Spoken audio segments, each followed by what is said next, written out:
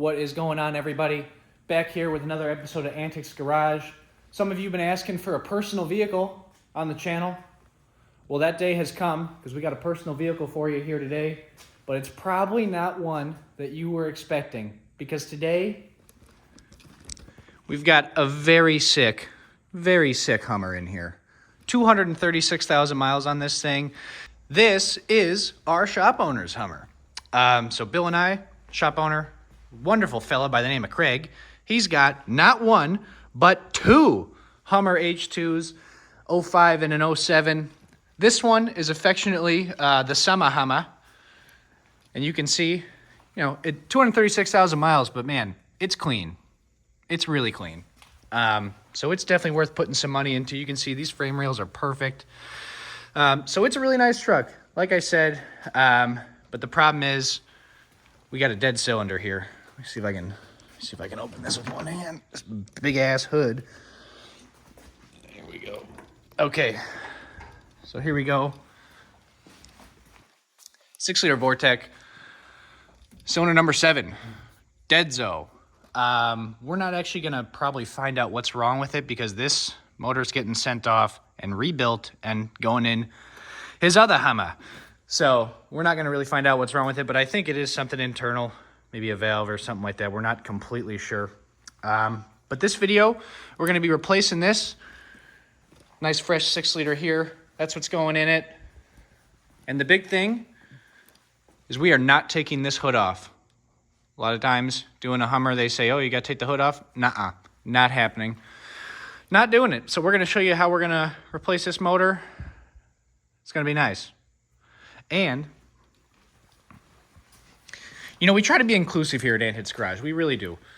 Try to make sure that everyone knows that they're welcome, and it doesn't matter what you are. This Hummer, well, it may look like a Hummer, but it actually identifies as a Prius. So, though it may look like a Hummer, it's not. It is a Toyota Prius, and we will respect that. So we're going to get started here on this thing. Going to start with a teardown. Dig into it. Of course, we'll show you along the way anything we find. It'll be good. So stay tuned. This one's going to be a fun one. First things first, though, we got to make some room. Because if we're getting this thing out of here without taking the hood off, we're going to need all the room we can get. All these peripherals, radiator, fan, hoses, manifolds, all the wiring, the loom, the intake, all of it's got to come off. And especially that'll be really helpful for us taking that intake off so we can get access to some of the sensors in the back. It'll be way easier to lift it with that off of there. So we're going to go ahead and get started. You guys are going to get to watch.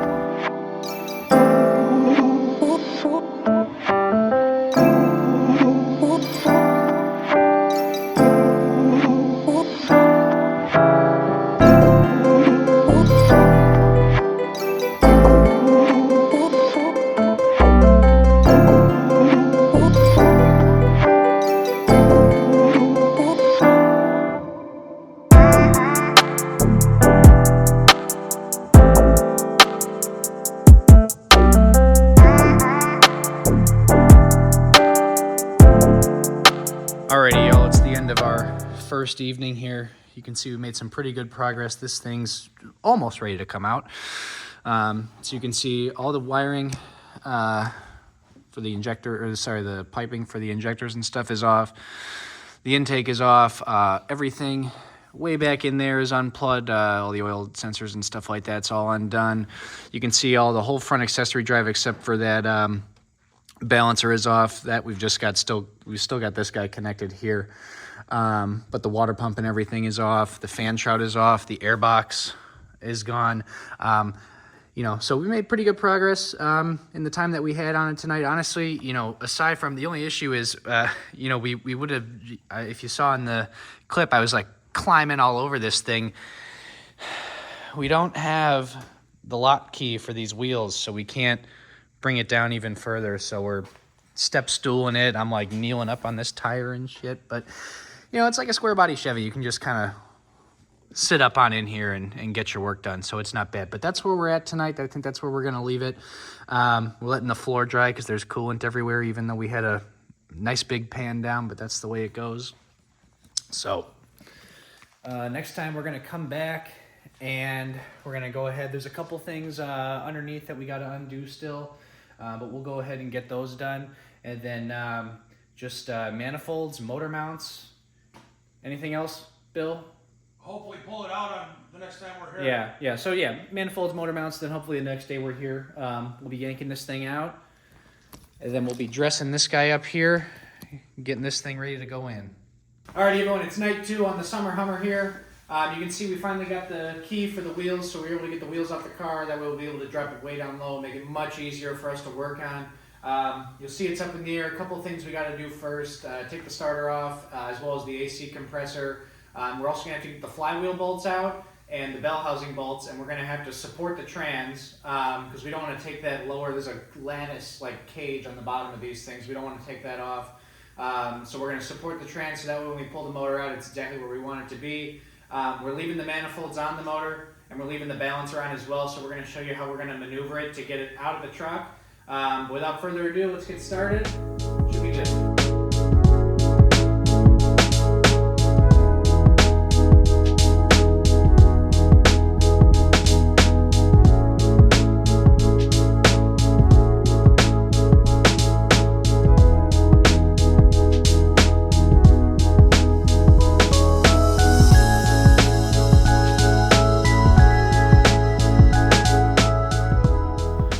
Alrighty, y'all, so you saw in the last clip, we got all the bolts for the torque converter out, as well as all the bolts for the bell housing, except for one, which we're going to have to get up top. We just wanted to show you really quick. So this is how we've got our trans supported. So when we pull the motor, this thing will stay at the height that it should be, so it'll be much easier to install. So we're just going to drop this thing down now, take the last bolt off the bell housing. A couple more things, and then we'll be pretty good to start pulling this old motor out.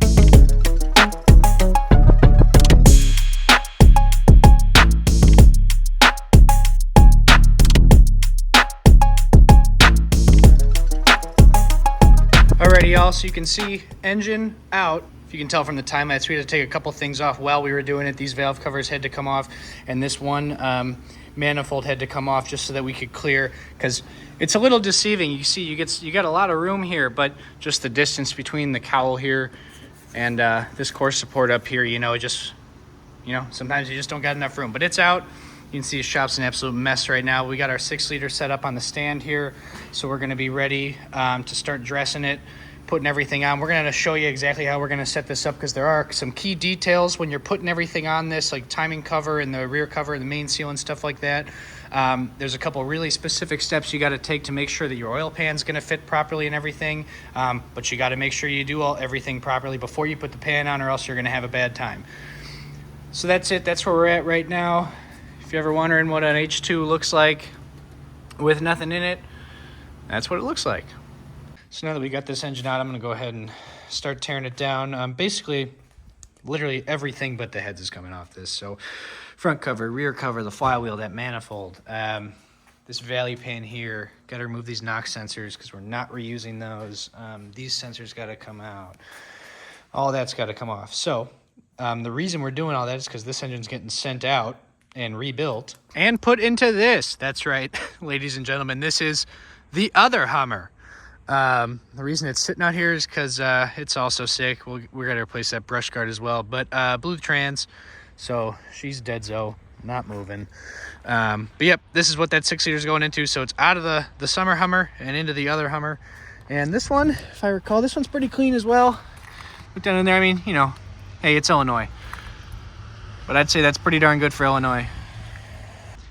So it's got a clean chassis. It's definitely worth saving. It's going to get a new trans, and that 6-liter, once it's brand new, should be good for hopefully another 200K on this thing.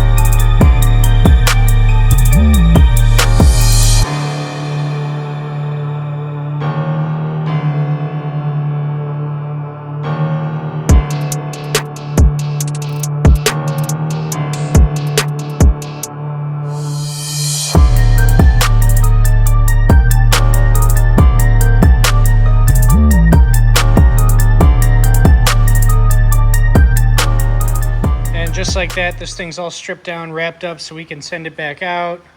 You can see, started putting a couple things on here. I'm gonna try to talk Craig into getting some new valve covers for this thing, because these look atrocious.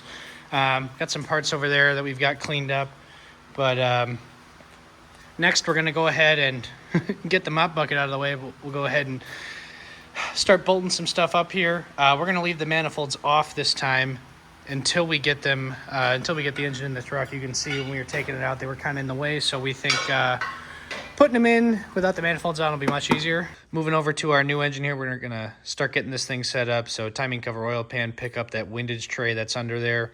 Knock sensors that are in the valley pan, cam sensor, all that stuff. So we're gonna get this thing set up, show you how we do things. Now, I was talking earlier, saying about lining things up.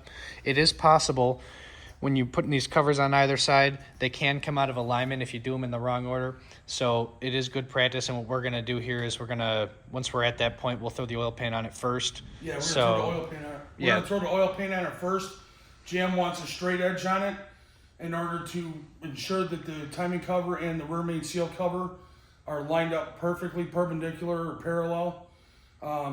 We don't have the straight edge for it, but the aluminum oil pan is.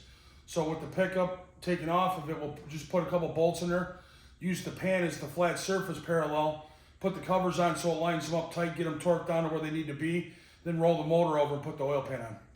So yeah, that's the gist of it. Pretty easy when you're doing, a direct swap over, same exact engine. Everything ideally should go go on as it came off. So yeah, should be pretty straightforward process here.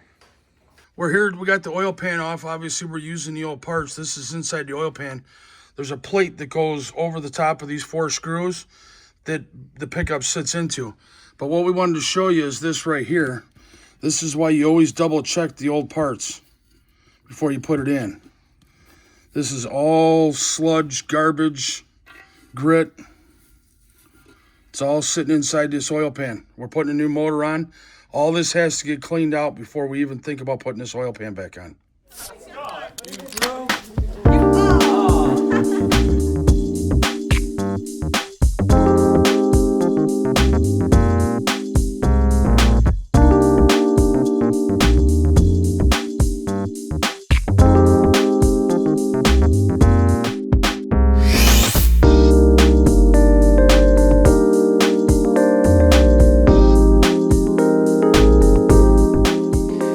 Everyone, that's our engine here assembled pretty much. We've got all the accessories, peripherals on, just that we need to at this time in order to start getting ready to throw it in the old summer Hummer here. Now, I was successful. I did convince Craig. We are getting some new valve covers in. They'll be here in a couple days. And more than just aesthetically, there actually is a pretty valid reason to replace them. 236,000 miles. The PCV system here, right there, you can see that little guy there. But you can see it's routed through these little holes, that hole, and these little holes like that. And that's actually inside here. So when it gets all caked up with carbon, being almost a 250,000 miles, then your PCV doesn't function as it should. So there is more than just an aesthetic reason to get these new valve covers, but also they'll look so much better than these things once that's done.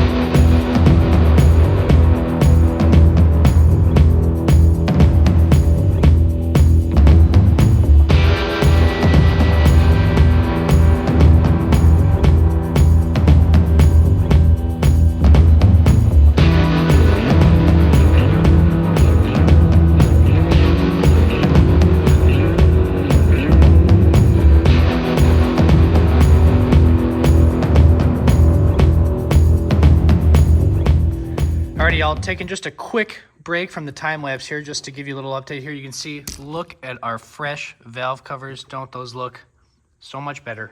I think so. Just about there. Getting ready to put the intake on and the fuel rail, all that stuff.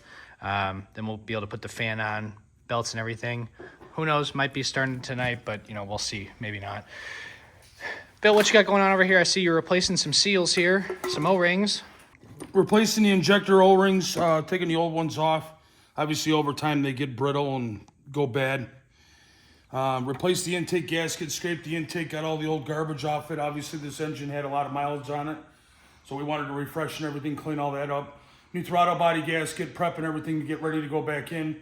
So pretty much just doing some prep. We got to put the dipstick tube in on the other side, and then we're going to tighten some brackets up, and then we'll start putting the intake and stuff back in it. Like Jack said, we're crossing our fingers. Maybe we'll be turning the key tonight. Yeah, you got some company I see behind you. Peggy Sue watching you put those on? Yeah. I think so. You got the whole family watching, except for Jethro's passed out drunk again. Jethro decided to take a nap. He got tired of trying to unwrap her after she had her fun with the Christmas tree. Oh my God. Yep, chugging away here. We'll check back in with you. Probably do another time lapse getting this stuff all on, but just wanted to show you where we're at right now.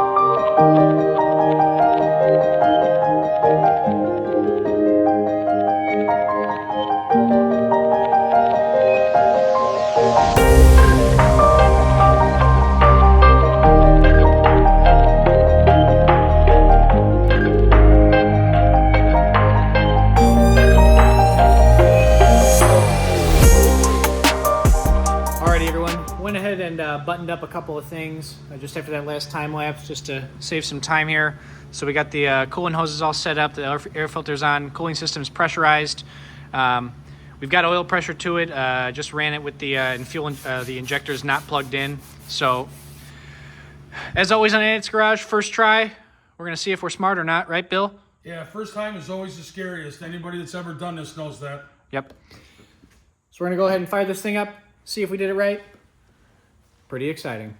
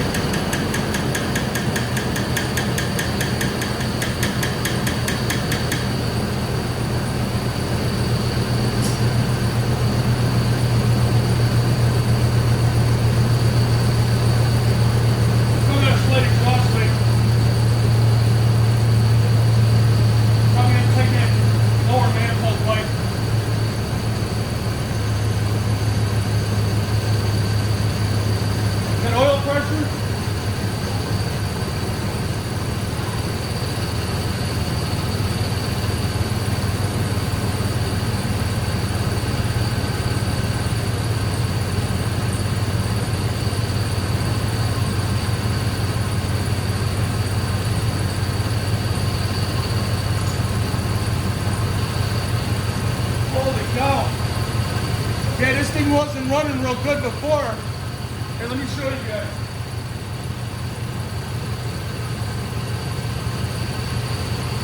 I think we're a little smoky back there. A lot of fuel in this thing before when we brought it in, it wasn't running right at all. It was actually running on 3 cylinders, and we got this big monster to come back here to the shop so we could work on it. But that's pretty much the end of it for us for now. We just got to get the tires mounted on it, get the tires mounted, air out the shop, and then we'll start going for our test drive. Alrighty everyone, that's going to be the end of this video. You can see we were going to drive it for you guys. You can see there's a bucket under it. After all that work, we've got one bad heater hose, actually a coupler. So we don't want to drive it and risk losing any coolant, so this is where we're going to leave the video. That's replacing engine in a Hummer H2. Hope you enjoyed it. It was a lot of fun for us, and honestly, you know, we hope that when you watch these videos, you understand that, you know, something like this might seem daunting, but if you got the right little bit of know-how and the right tools, you can do it yourself. Thank you so much for tuning in to another episode of Anthony's Garage. We appreciate you guys so much. Thank you for the comments, the likes, the subscribes. It means so much to Bill and I, and our shop owner Craig, who's going to be very happy to get his Hummer back now. Feel free, if you liked the video, leave a like, leave a comment, tell us what you thought, tell us what you would have done differently, tell us how dumb we are for doing one of the things that you saw in the video. That's going to be it. Once again, thank you so much for watching. We'll see you next time.